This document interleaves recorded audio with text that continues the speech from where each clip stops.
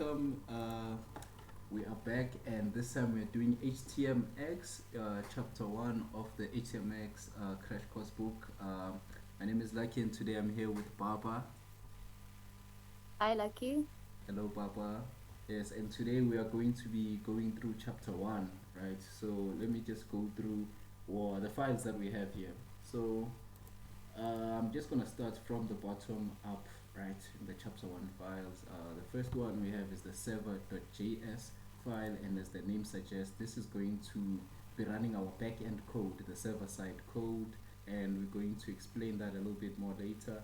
And then we have a package.json file, and this is just where we have all our dependencies and yeah, everything basically to connect the server and the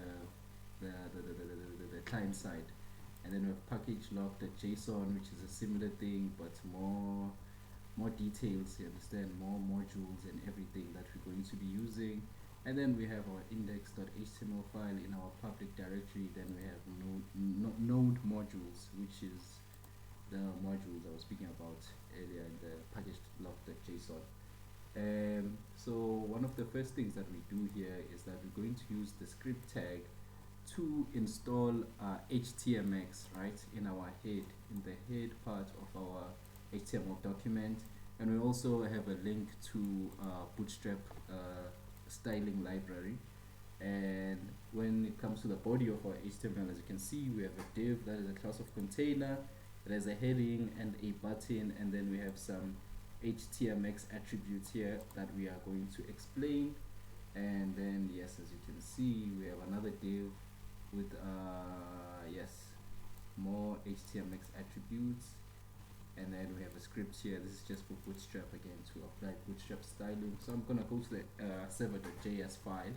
So in server.js file, the first thing we do is we import Express, right, from Express, right. So we just making sure that we can use everything that comes with Express in our server-side code, right. We create a variable called app, and we call the Express function, as you can see here. We set a static folder using app.use express static public, which is basically our HTML, as you can see here. And then we pass the URL encoded bodies as sent by HTML forms. So whenever we have a URL, we're going to encode it to basically avoid separation, just in case it has spaces, whatever, to make sure that it's the integrity of the URL stays intact, right. And then we have express.json. Here we are just passing JSON bodies as sent by our API clients, and then this is gonna be our code really that is going to be running the program that we have, and I'm just gonna explain that a little bit later. And then going back to our HTML file here, that's where we're going to be using our HTMX attributes. As you can see here, we have hxget. So hxget is basically making sending a get request to our server, right. And we are sending a get request to this route here, which is /users, and then hx target is basically the HTML element that we want whatever program we're going to be running, which one do we want it to be affected by. As you can see here, we use the hash symbol users, meaning whatever has the ID of users. And if we look here, you see this div here is the div with the ID of users. And then we have hxvals, and this is just for this attribute is for values. And with this attribute, what we're trying to do is that we're trying to limit, because basically what our program is doing, I'll explain that a bit more later, we are getting a list of names and want to limit it to just the top 3, right. So just 3 things, and that's what we're doing with this attribute here. And then we have this hx indicator here, which is another HTMX attribute. And basically what this does is that it's going to create indicators for us that we're going to specify. And as you can see, it has like a built-in target mechanism. We can just apply it to whatever has the ID of loading. And as you can see here, it's this div on line 24.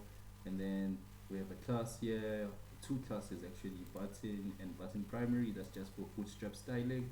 The button says fetch some stuff, and as you can see here, we have a class. We go back to reference our HTMX indicator, as you can see, and we want the spinner border indicator. Basically it's just the spinning thing that shows that it's loading. And then the role, we have a role attribute here, is status, so that's the role that it's going to be playing. And then we're going to be moving to our server.js program. As you can see here, we have f.get. Remember, on our HTML we're sending a get request, so this is what's going to happen when we send that get request. This is the root that we're using for the get request, which is /users. We are going to create a asynchronous function with request and response as parameters, and then inside of it we're going to use a set timeout function, right? So everything is going to be running in our set timeout function, and this is going to basically wait for 2 seconds, 2000 milliseconds before it does anything. And then the function that we're actually passing into our set timeout as an argument is another asynchronous function, right? And then inside of that asynchronous function we have a variable called limit, and in limit basically we're just adding things to our HTML here, right? We have the rec, so this is request, as you can see here, the parameter here, query.limit, so it's basically this here, right? Or 10. So what we're saying here is that when we make a get request, we want to display whatever is given as our limit, or 10. So if you can't, we'll just show 10 things, right? But here, so if this fails, we'll just show 10 things instead of 3. And then we have a variable called response. Variable called response uses the await keyword, and then it uses the fetch method to fetch from this URL here. We are fetching, and the value here is the limit that we just provided. Remember, it's the 3 things. We only want 3 things. And then we have a variable called users, uses the await keyword, and then we just pass the response into JSON. And then we're gonna take the response, and then we're gonna use the send method, and the send is basically sending a response back to the HTMX/HTML, right, to basically show us the response in HTML formats. As you can see here, we're using HTML tags, right? Our response is going to be sent as HTML code, really. We have a heading here which says users. We have an unordered list with the class of list group. List group is basically just for bootstrap styling. We pass our users here. We use a formatted string to pass our, as you can see here, users is this variable right here, right, which is the response in JSON format. So it's going to return an array of things, right? And then we're going to map that array. So map is just a method that allows us to run a function on each and every element in our array. As you can see, user represents each element in the array, and we're passing that as a parameter in our map function. And for every user, really, we are going to create this list here. Remember, this is inside of an unordered list. We're going to create this list.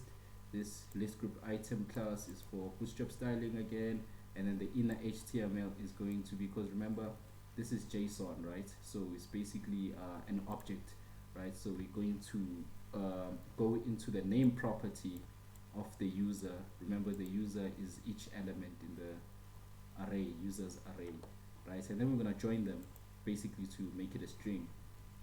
And then after all of that, we're going to start the server. We have app.listen. We give it the port here, which is port 3000. That's the port that we're going to be using, as you can see here. And then we're just going to log to the console. Server is listening on port 3000. And what that means, okay, let me just kill this server.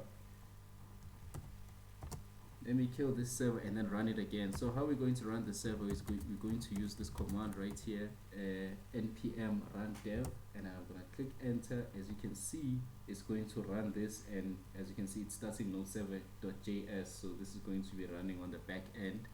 And then on the browser, this is what's going to look like. Let me just refresh. So if we want to get access to this, we just localhost colon 3000, and just click enter, and it takes us here, right? As you can, if you remember our HTML, we have a button here, we have the heading, we have the button, and then when we click fetch some stuff, it's going to make a request, a get request from this link here, which is a list of names, and we want to limit the response to only 3 things, or if that fails, it's going to be 10 things. So we click fetch some stuff. There's the HX indicator there, and then as you can see, it was successful. We get 3 items, right? And just for proof of concept, I guess we can just remove this and just show you that it's going to just show us everything, or 10 things really. You see now it shows us 1 2 3 4 5 6 7 8 9 10 things, right? So that is all for HTMX. I've been lucky, and today I was with Bhabha. Thank you. Nice.